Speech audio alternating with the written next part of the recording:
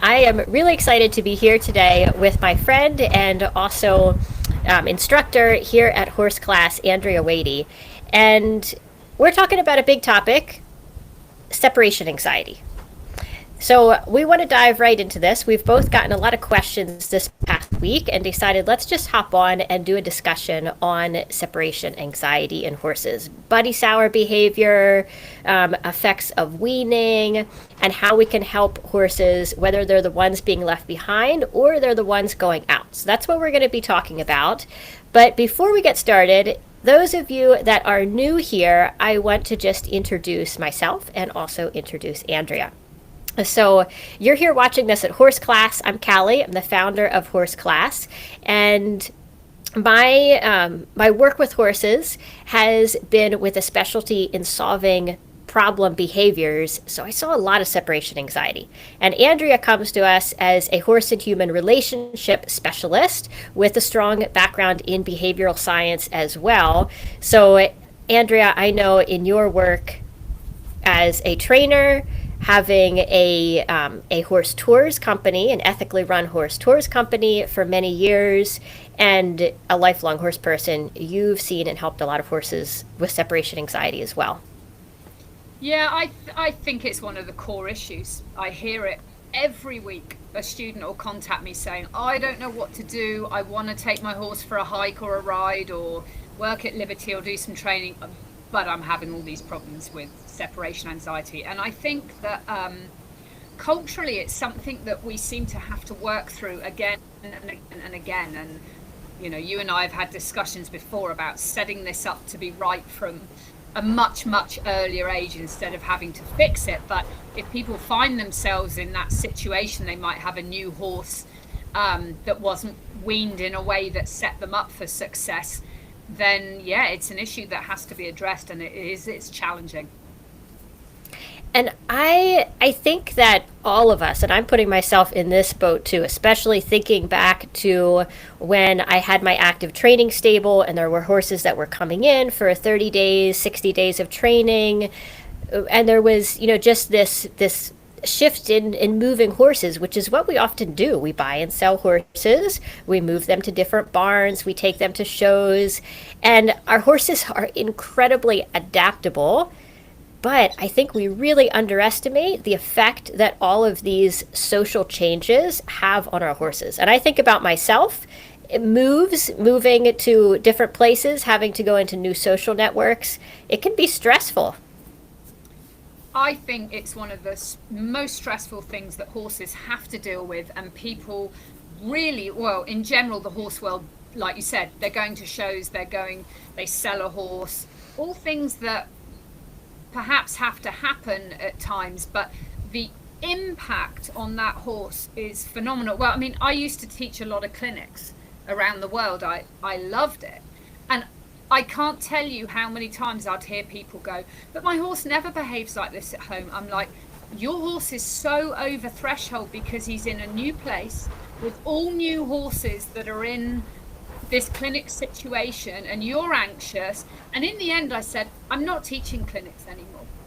I'm not doing it. I'll come to an area and I will individually visit the students so their horses can stay where they live and stay under threshold. And it isn't about, oh, well, then you're just teaching the horse to be barn sour. No, we're giving them confidence to learn new things in an environment that they feel safe, and then slowly expand it rather than throwing them in the deep end. Their stress cup full of hormones is overflowed everywhere and it falls apart. And there's no learning at that point.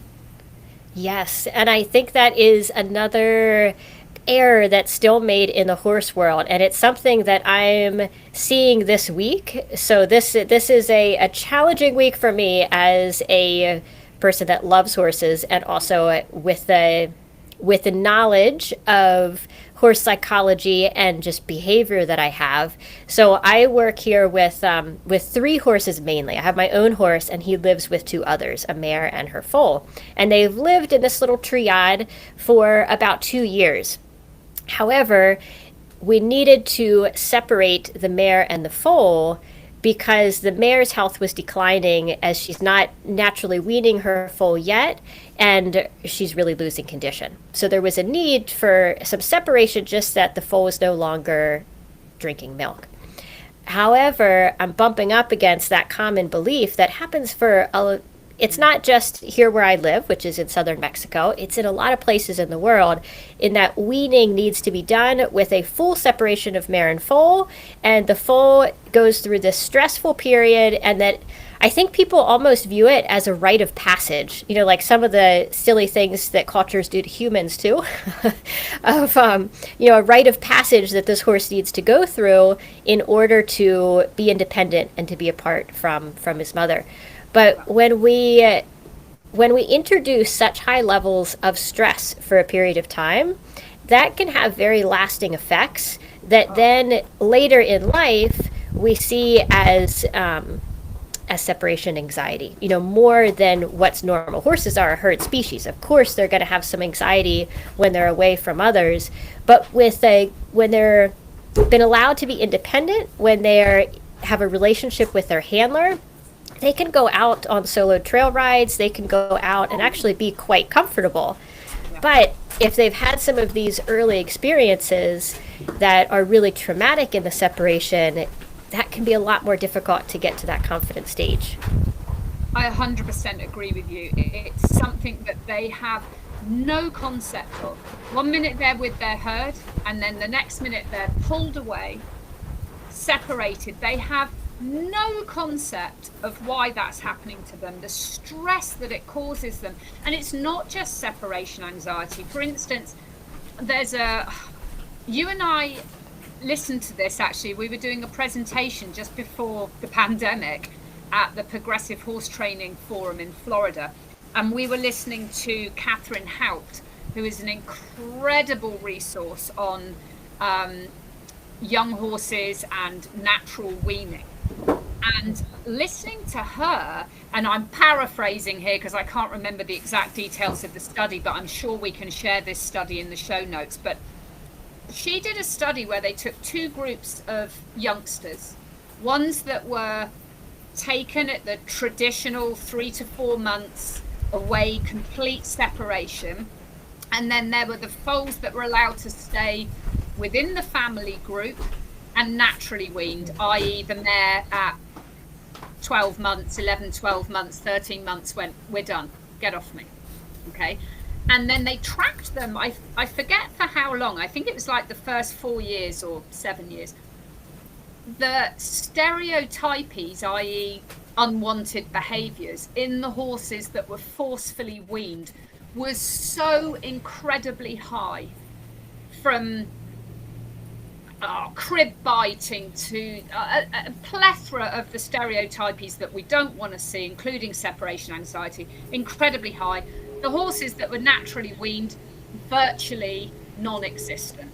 And I can vouch for this in that my mare Branna, I am so incredibly lucky that her owner was so up on the positives of natural weaning. So she stayed within her family group till she was 2 years old. And let me tell you, when she came with me, never an issue of separation anxiety, never a stereotypy. She would walk out on a hike with me, she'd go riding with me. And she was so confident because the herd had taught her to be confident. And then on the flip side, I had in my care an Arabian who was traditionally weaned and put with a whole group of other boys for the first 2 years of his life. And let me tell you, for the first 6 months that he was with us, he was very uncontrollable, rearing, barging, panicking, because he'd have no peers raise him. It was like survival of the fittest in that herd, with all youngsters, no aunties, no mares, and it was detrimental. It was detrimental for sure. We're setting them up to fail. It is. And what's interesting, we just looked up this study before we got on to do the call, and Dr. Haupt's research was done in 1984. And there is a plethora of research on weaning. So it's one of those other things in horsemanship that the evidence is there, for better practices. However, these old style practices still persist. But Yeah. that's a topic of human psychology that could be a whole nother rabbit hole we could go down. Yeah. And money. Yes. Yes, that is true. So many times when we meet our horses, it's later in life. We don't know how they've been weaned, but we might have this issue of they don't want to leave, or they get really stressed when their buddy leaves. What have been some of the best practices that you have found to help horses that have separation anxiety? Stop trying to make it happen. Break it down. I talk in the Wise Riders Club that we do. I talk about the 1% rule. And that can be applied to so many things. So for instance, you've got a horse who's buddy sour, barn sour, doesn't want to leave the herd. What people tend to do is they go, well, okay, I'm going to just give it a go. And then they try and go 3 miles from home. And then they go, I don't know what happened, the horse bolted. Oh, yeah, because probably at 300 meters away from the field, he was so over threshold, he was flooded with cortisol. His obedience came into play. You held him together until the pigeon flew up out of the bush, and then all hell broke loose. So he felt unsafe. So my thing is, create a relationship. Create a relationship so that horse feels reasonably safe with you. And he knows that you are not going to proverbially push him over a cliff. So I would start with, okay, can we get to the gate? Can we get to the gate and have you be reasonably relaxed? Beautiful. Guess what? I'm going to turn around and take you back to the herd that's standing under the tree. Take off the halter, rub you. Thank you. That'll do for today. Tomorrow, I'm going to come and do the same. And people go, I don't have time to do that. I'm like, you've been riding this horse and fighting for 5 years. You can take 5 weeks and fix this. So you just bit by bit, can I go outside of the gate and have you just walk around and maybe eat some grass with me and think, oh, that's cool.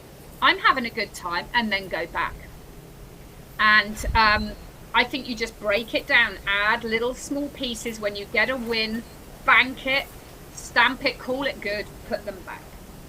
And just build it up. And if you feel them starting to go, ooh, you go, okay, great, let's go just a little bit back. That's when our humanist comes in. No, you've got to do what I'm asking you. It's like, it's not that they don't want to, it's that they can't. There's a big difference. Yes. Yes. And I think there's so much value that what you just described can be done in those little steps, even if there's not a strong prior relationship with the horse. But when we're working with a horse that is our own personal horse, or that we're regularly, say, using in lessons, or regularly working with, the time spent with that horse, that is not about separating them, just spending time with them and creating more of a trusting relationship and a rapport between you and the horse, really goes a long way as well when you're asking them to go that little bit outside of their comfort zone, because they can have that relationship with us. Now, we're not trying to shift that pair bondedness to humans. I've seen that happen too, and that's no better, to have a horse that is thrilled when you're there and then stressed when you're not. So we don't want to shift that. We want to give them confidence, and that can definitely be done with, many of the steps that you teach in the Pure Liberty program. Building friendship, looking out for the horse, matching their movements, matching body position. Really, it's pretty simple. It's about spending quality time with them. Yeah, exactly. It's about having an emotional bank account. David Lichman talked to me about this years ago, of like, a good horse trainer comes bearing gifts. Now, that can be physical gifts, treats or whatever, but also it can be a steadfastness, a place where that horse feels safe with you, where they go, I can't wait to leave the herd because I'm going to go and do something really fun with you. It's not just that you're going to take me out the field and school me and ride me around in tight circles. It's that you're going to come out and go and look for berries on a tree. Doesn't mean you don't ever ask them to do stuff. But first of all, you've got to get enough good feelings in the bank where the horse sees you coming and is like, oh, great, this should be good. And of course, there's the old school way of looking at it. And I always think the answer's somewhere in the middle. And people would say, oh, well, you make staying with the herd very difficult and leaving the herd very easy. Now, like anything, there's degrees of this. But you can do it in a gentle way where you go, okay, well, if we stay by the herd, we're just going to do a little bit more work. We'll do some in-hand work, or we'll do some schooling right by the herd. Or if you want to come over here with me and just outside the gate, we could just eat grass and rest and scratch and rub and have a hangout. And they soon go, oh, I'm happy to come with you. So it's just taking the time that it takes to create a relationship and make them feel safe with you. Yes. Yeah, with this little filly, her name is Quebradita, and she's the filly that has lived with my horse for several years now. She's a little over 2. She had such confidence because I would just do little bits, and most of the time wasn't even putting a halter on her because I wasn't in training mode. It was just she lived with my horse, so I was interacting with her in that context. And we would go out and just go a little further, exploring different things together. And she's unique because of this experience that here they live pretty much loose around the property. So, for example, the other day I had several friends over and we went for just a walk around the property, and Quebradita chose to walk with us. Instead of hanging out with the other horses, she chose to just walk around. So we were walking with several dogs and a filly walking around. So they can have that kind of confidence, and the more that they're able to choose. So control. Another really great positive reinforcement trainer actually said that she believes that control is a primary reinforcer, because when we feel in control of our situation, that's incredibly rewarding. And I think sometimes control, when we're talking about it with horses, it's used in a negative sense of we're trying to control the horse. But when we give back control and the horse feels like they're able to influence their situation, it's super, super powerful. And that's why I love giving as much freedom as possible in training. I could not agree with you more. Branna had a huge amount of freedom in her training, and she is not a particularly easy horse because of the upbringing that she's had. She is very, very opinionated and willing to use her voice. But because she felt like she had choice, riding just became another thing that we might do together. And when she realized that she could walk a bit faster than I can and get to choose where we go, and remember, she was weaned naturally, she's naturally confident, she's naturally curious. She was like, get on, because I want to go over this way. And it blew my mind. Even though I know this stuff, I was like, I had a feeling, and I was willing, if she said no, to think, okay, well, maybe she's not a ridden horse. I don't want to override that and make her carry me. She was right up for it. Love it. So we've just had a lovely comment. Someone said, I love what you said, the notion of you've struggled with this for 5 years, you can change this in 5 weeks.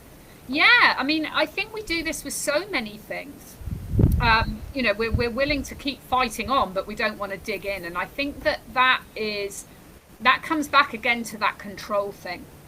Is sometimes when we break things down, we might feel at times that we're not in control. Well, I tell you what, if the horse knows that you're listening and that you're willing to take their behavior as feedback rather than taking it as personally, they will have so much more trust in you, and you'll be putting so much more in the bank that fixing it becomes so much easier.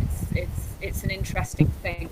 But something else about the buddy sour, it's not always the horse that's leaving that's the problem. It can be the horse that's left behind. Yes, absolutely. And sometimes there's a difference. A horse may be very confident leaving, but then be quite stressed if they're the one that's left alone in the stable or the pasture. Yes. that can really highlight some interesting stuff.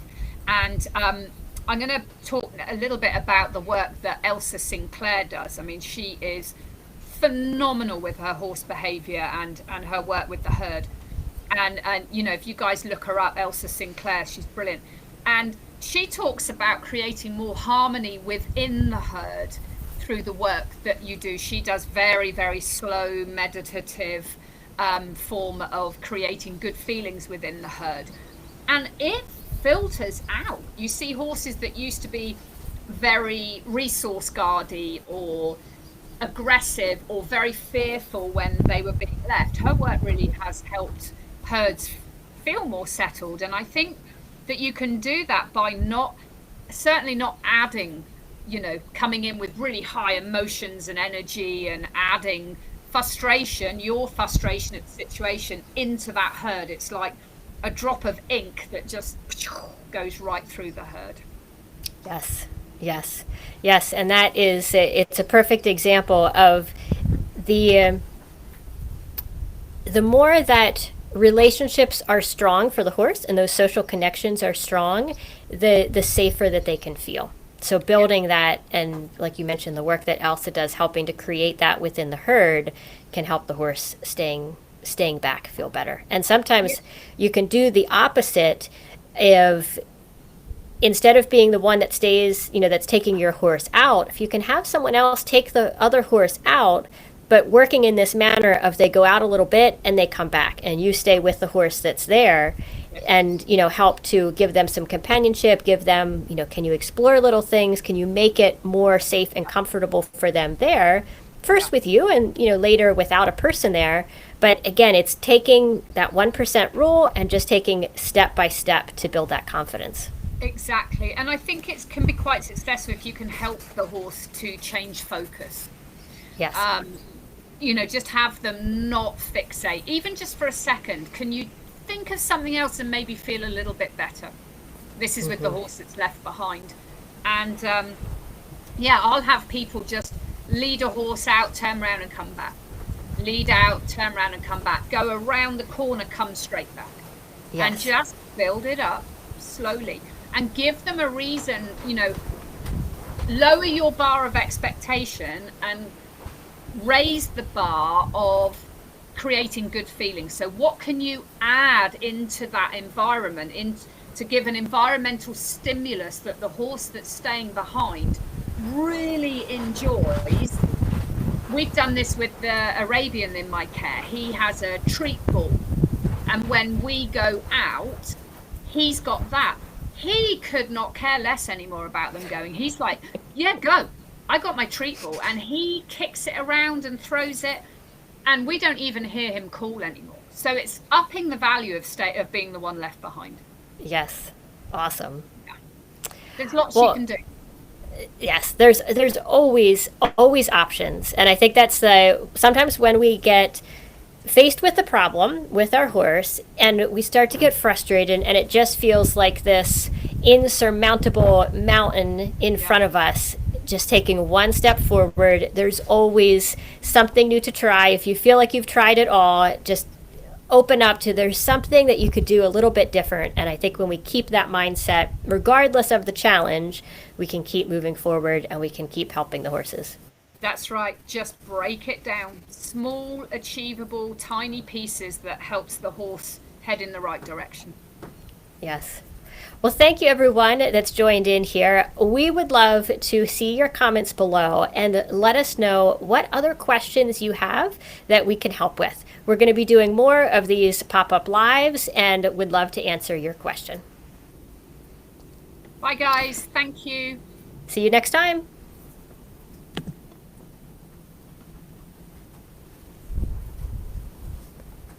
Cool. Okay,